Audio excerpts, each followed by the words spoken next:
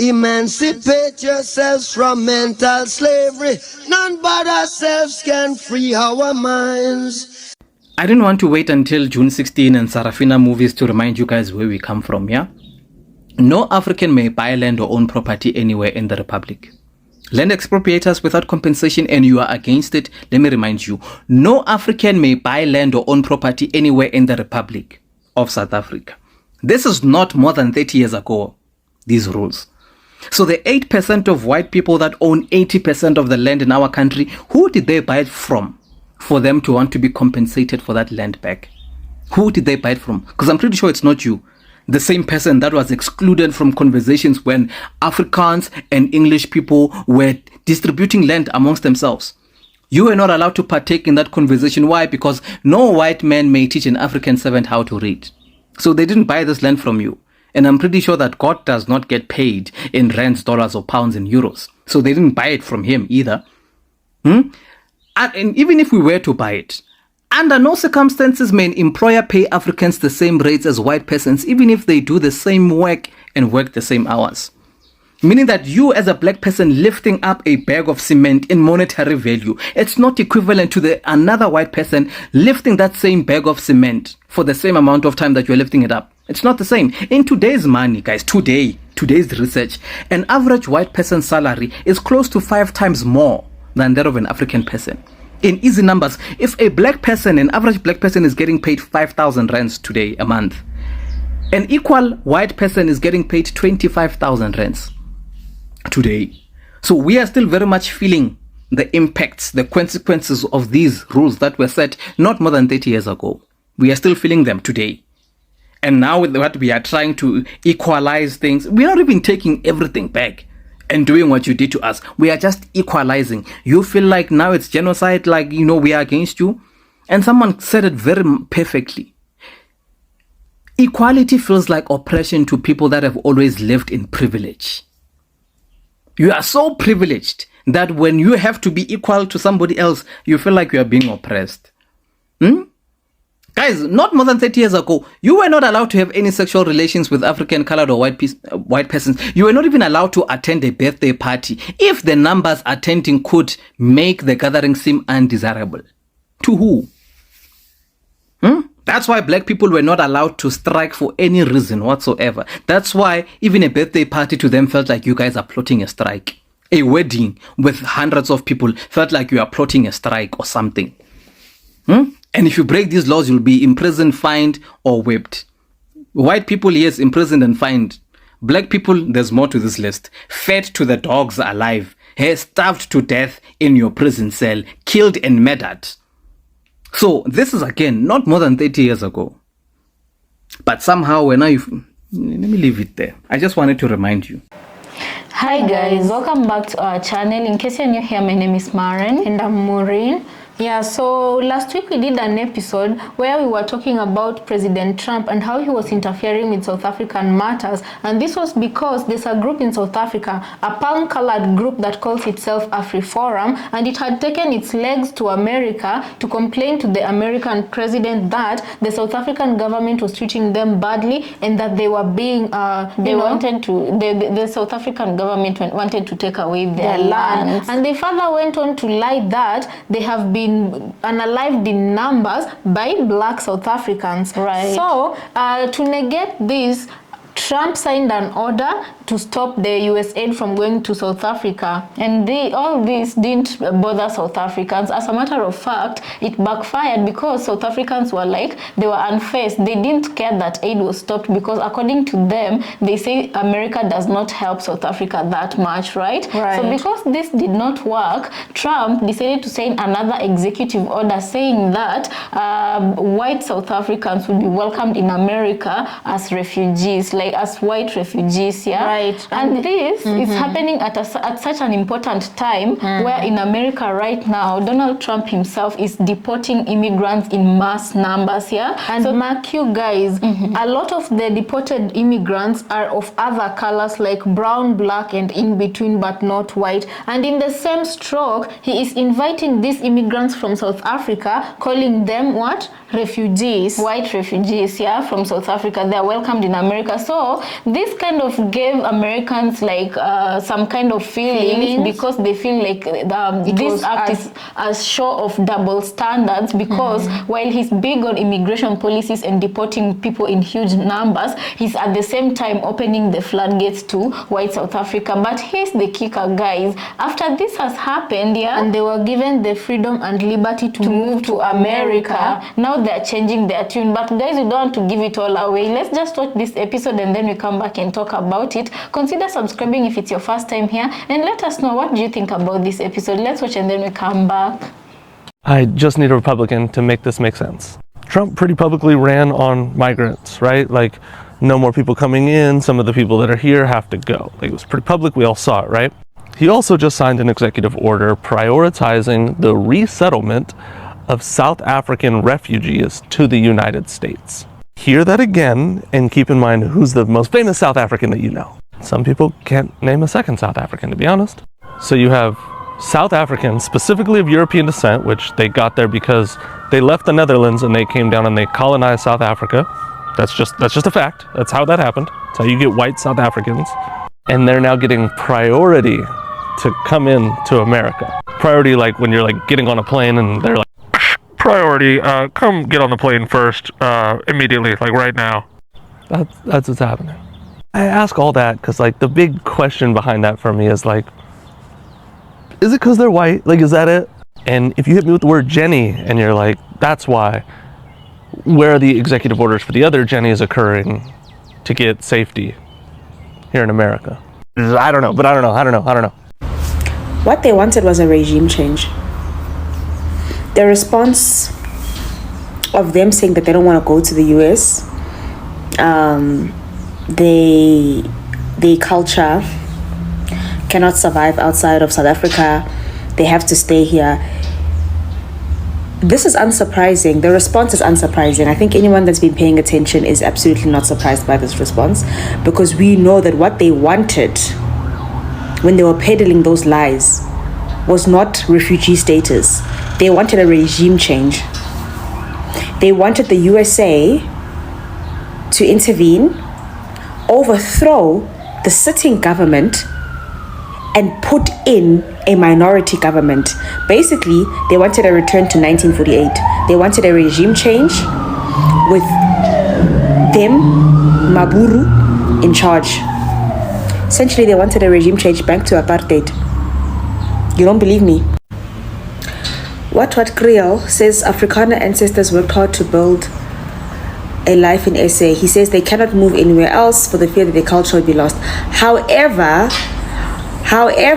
let's highlight, Afrikaners want to be recognized as first-class citizens in their country of birth. So in this classification, who is the second and the third class, since there's classes of people? If they are recognized as first-class citizens, who are the second-class citizens?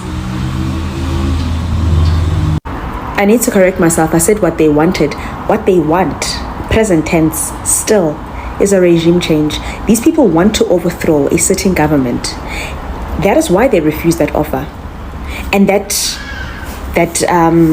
line from the press conference, that whole first-class citizen thing, that is a dead giveaway. That what they wanted was for foreign powers, foreign states to come in, overthrow a sitting government, and put them back in what they, in their minds, their twisted minds, they believe is the rightful place. When I say into labantu kwamele phele, I'm actually not exaggerating. They are a threat to national security. They are a threat to national security because for as long as they exist, and they are allowed to exist, and they are given airtime, and they are given platforms, they are going to continue to push for a regime change. And that's why they're not even backtracking or apologizing or anything. Instead, they're shifting blame. They're saying the fault, it's the government. Like they're blaming everybody but themselves. Because at the core of it, what they want and what they are hungry for is a regime change, and for the sitting government to be overthrown by a foreign power. Those people do not have the best interest of this country at heart. And what happened to the AWB needs to happen to AfriForum, because AfriForum is in fact, and someone already said it, a couple of people actually said it in my other video, that they are no different from the Afrikaans. What are they called again? The AWE, Afrikaanse Weerstandsbeweging. I think that's what it stands for. But that hateful organization, more commonly known as the RVB or AWB, this cabal, AfriForum, needs to go gently into the good night, the way that the AWB just lost relevance. In fact, it seems as though the AWB shapeshifted, multiplied, and became AfriForum. Different name, same principles, same hateful tactics, same tendencies, because the AWB also had regime change tendencies. They failed, and then they just went off into obscurity. Then they came back as AfriForum. So, Nje, at some point, you need to cut the head of the snake. I don't know where it is. The historian in me wants to say that all of these people just, they originate from, or they descend from, the original members of Die Broederbond. And if you want to know what Die Broederbond is, there's lots of info. Just Google Die Broederbond. I honestly think that these people, they have ties to that sect. AWB, AfriForum, it's just different variations from my historical analysis, they are connected to the Broederbond. There's just no way. So apparently the Trump administration is going to allow white South Africans to seek asylum because they're mad because the majority black population is standing on business and taking back a lot of the stuff that the white South Africans were able to essentially create on their shoulders during the apartheid state. I wish Americans would just stop this pretense that it's not about brown people. It's about brown people. And I'm so exhausted by it because, if you could just say that out loud. No one was for this when it was brown people from south of the border trying to escape violence. No one was for this when it was black Africans trying to escape violence. No one was for this when it was brown Middle Eastern people trying to escape violence. But it's white South Africans escaping, getting their, giant pieces of farmland and their mansions taken by the government that they only have because of long-term subjugation. Oh no! Will we please think of the rich whites? You're too loud with the subtext. Just say what you mean. That's the part I'm so exhausted about. Just say what you mean already. Save us all the struggle of having to do this back and forth. Because we already know, you clearly know. Just say the real thing out loud. Say it's about brown people. Say it's about brown people. That's the thing, is the organizations and the individuals that have been screaming the loudest now getting this thing is kind of, it's this picture. They're the dogs that caught the bus. Now what? But you see, the thing is, it was never the plan. The plan was to get interference on this end to hold on to certain things and to stand in the way of progress. So now the refugee thing is oh crap. Okay. So you get a lot of people say, oh, thank you, finally, you've recognized us. And now go.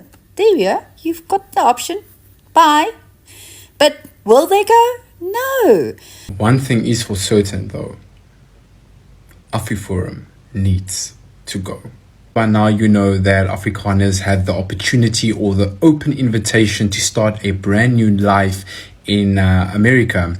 And shockingly or not so shockingly, they are refusing to go.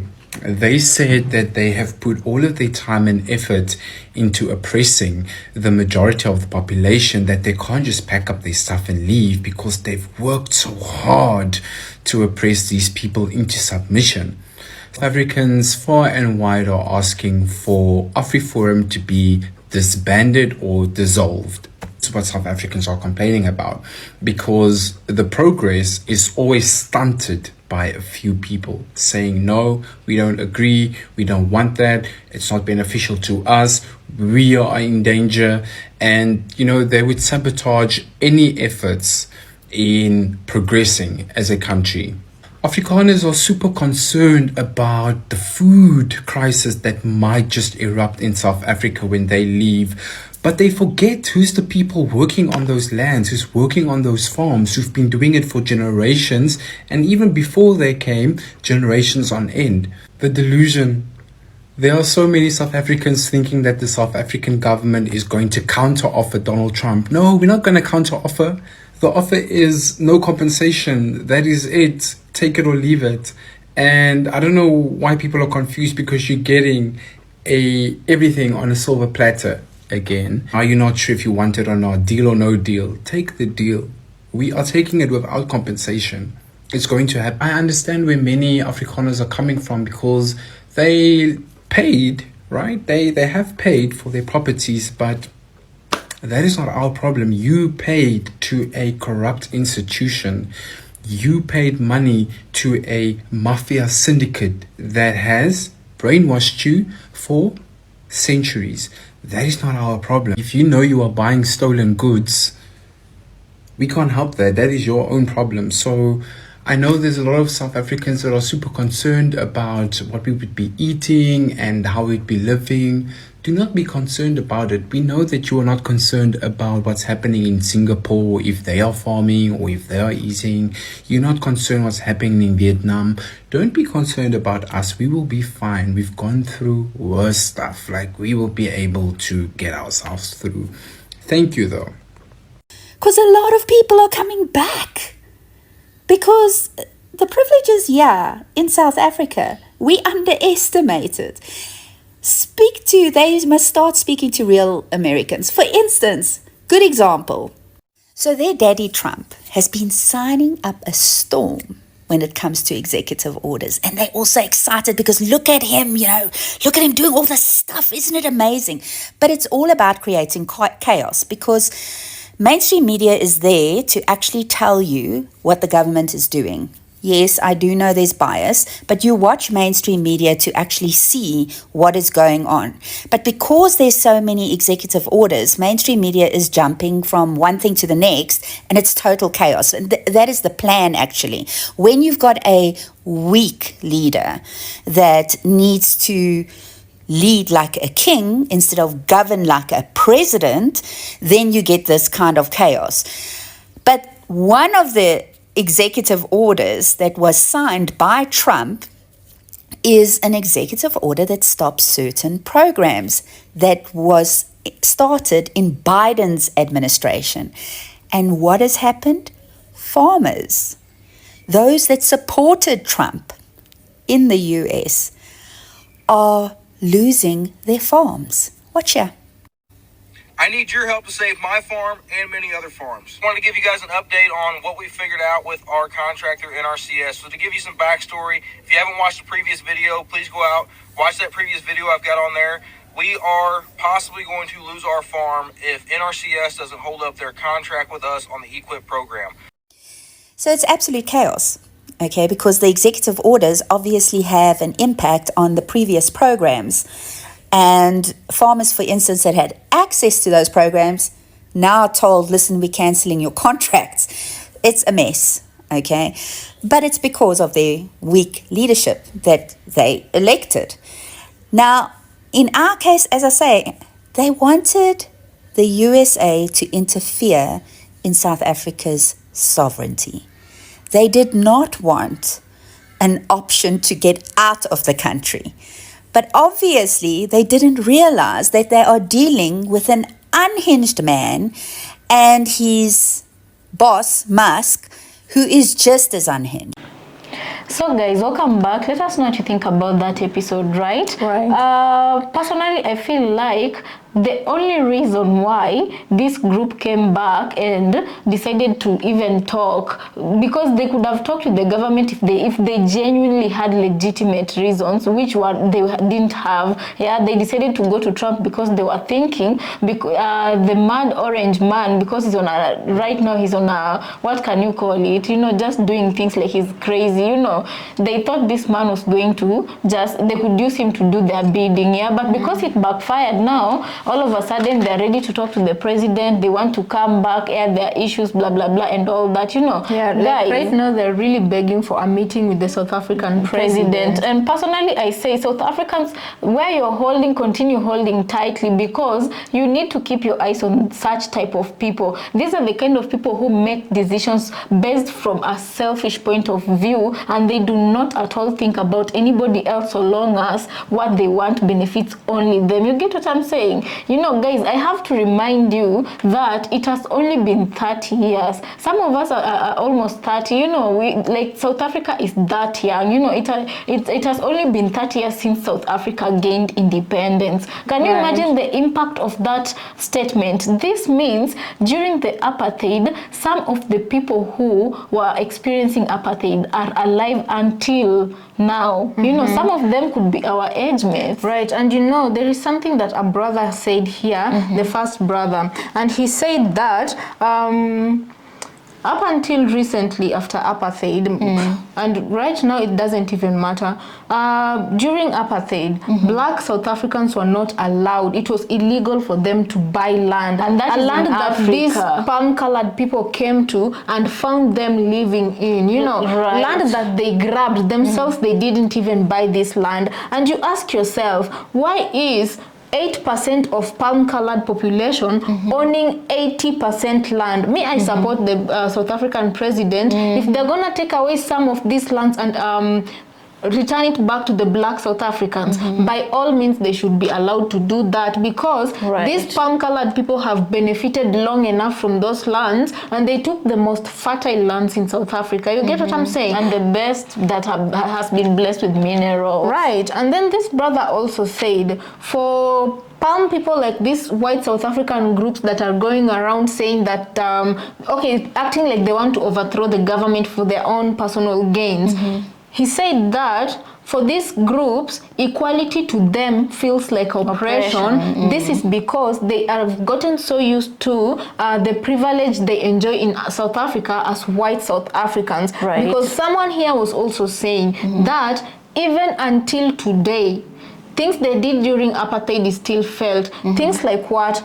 Black people were not allowed to be paid more than or equal to white South Africans. The same case that is happening in America and any other society that has both black and palm-colored people alike, you know. So he says even up to today, a palm-colored person is most likely to be paid 5 times what a black person is paid doing the same work. Even here in Kenya, it's things that we've seen. Palm-colored people tend to be paid a lot of money than black people, you know. Right. And guys, you know, we also have to think about the fact that some of the laws that were made during apartheid, these are the laws that are still operational in South Africa, despite South Africa having a majority black government. It's being governed by black South Africans, you know. So I'm wondering what kind of independence they gave them if up to date they're still operating by the laws that were made during apartheid, which only benefited the colonizers, and these laws were the colonizers and their descendants. And these laws were specifically made to oppress black people in benefit of the palm-colored population, you know. So personally, I'm wondering what had to happen. Okay, let's assume this group got what they wanted, right? And some South Africans were even accusing them of treason, because that is exactly what it was, And they were not that South Africans care about those, most of them anyway, not that melanated South Africans care about where these palm-colored people go. All they want is to live in South Africa in peace, and if this means that they'll go to America as refugees, the only disadvantage about that is that they're going to be a problem to the black African Americans, the way that Elon Musk is a problem to them over there, because they all move with the same kind of entitlement, you know. But the good thing about, if some of them would take up that offer, the good thing about them moving to America is the white Americans, they are gonna be discriminating them. They're gonna be treating them exactly how black people are treated because of their South African accent, the African, whatever they call it. Actually, white South Africans all over the world, they're not treated like normal white people. They're looked down upon, and that is exactly why they don't want to move to America, because that means they're going to have to fight for opportunities on an equal level as their white counterparts in America. Exactly, and that is what they're not used to, running on an equal or fair based level, you know. Another thing I wanted to say, to talk about, guys, I know a lot of you on our platform have watched the movie Sarafina. If you have not, I'd really encourage you to go watch it, because it brings a lot of information concerning colonization and what the impact it had in Africa, especially South Africa. And you know why I'm bringing this up is because not only in the movie, but generally it's known in Africa that South Africa were the most peaceful, and I'm using that word peaceful, during when they were fighting for their independence from the colonies. Why is this? Because just like the movie depicts, and that's not just a movie, it's what happened in South Africa. They were using songs to fight for their independence, and that's why you guys, most of you, I would really encourage you to look for South African songs. Those people sing like the Holy Spirit. They call upon the ancestors to come. Like when a South African sings, my goodness, I feel the earth tremble. You do feel the earth tremble, and you do feel like your ancestors are walking this planet once more, you know. And that's imagine the power they have. Just through songs, they were able to make the white South Africans feel so fearful to a point of pointing a barrel at them and unaliving most of them, and they had nothing but music, no weapons with them. Exactly, guys. Tell me the kind of person who holds such a power that when white, you know, when the soldiers come and they point pew-pews at you because they want to unalive you and they want to disperse you, but you stand your ground and you keep on singing to the point where they end up lowering their barrels. By the way, just so just so they can allow you to finish fast, so that they can start, you know, pew pew pew. Yeah, but they stop. You are done singing. Exactly. So me, personally, I do say that South Africa is still a very young country in terms of independence. So it would be unfactual to say that that all that was in the past. We need to move forward. No, personally, it's not in the past. It's not in the past, and I know we have age mates who lived through apartheid. You know? Because even here in Kenya, if some of you or most of you who are following the Kenyan protest, if you can remember, here in Kenya, actually, most of the Kenyan Gen Zs, they were really drawing inspiration from South African songs. Right. And the day off, when the youths broke into parliament and they were about to go to State House, most of them told each other the night off, you know? They told each other, guys, if you're feeling scared because of the pew-pews that will be pointed at you, because of the snipers who are placed on top of buildings who are unaliving the kids, don't feel scared. At night today, go and watch Sarafina, and tomorrow we are marching to parliament for holding hands, singing those songs. And do you know they managed to march to parliament? Right. So that was beside the point. Another thing I wanted to say is someone here was saying that those group of white South Africans wanted the white South Africans to be recognized by the government as first-class citizens, and then not in Africa. Not in Africa, you ain't. Everybody will be treated equally in Africa. And that being said, she also asked, if you want to be registered as a first-class citizen, who is going to be the second-class and the third-class citizen in your opinion in Africa? I'd like them to answer that. That's a good question. If you want to be registered as a first-class citizen, Donald Trump has already given you a way out. Instead, there you go. There, really a first-class citizen. You know, be another white person. Elon Musk is now a first-class citizen in America. If Elon Musk could do it, even you, he's one of your ancestors. Even you can do it. You go to America and fight like a true palm-colored person on an equal level field because you feel you're that good and you're capable. Go and, you know, but go and find fair ground. Yeah, my prayer for the whole of Africa usually is that, you know, these palm-colored people, they're always conniving, they're always planning something, they're always doing something, you know, and the black community is not really calculative like that, you know. So what I usually pray for every day is that no matter how conniving they can be, may God always come through for the black population, and may God always fight our battles for us, you know, because Trump Traore is a very good example because the powers that be, how many times have they tried to kill this man? He's just but one single man who doesn't have a bulletproof vest all over his body. Right. They've tried to kill him 18 times, but the God he serves... 18 is a lot. It's a big lot number. of times, you know. So... Yeah, guys, I think we'll leave it at that. Let us know what you think about this episode. We'd like to hear from you, right? As usual, we want to thank you so much for joining us on this episode. Let's catch you on the next. Consider subscribing if this is your first time on this channel, right? Right, and we'll see you on our next episode.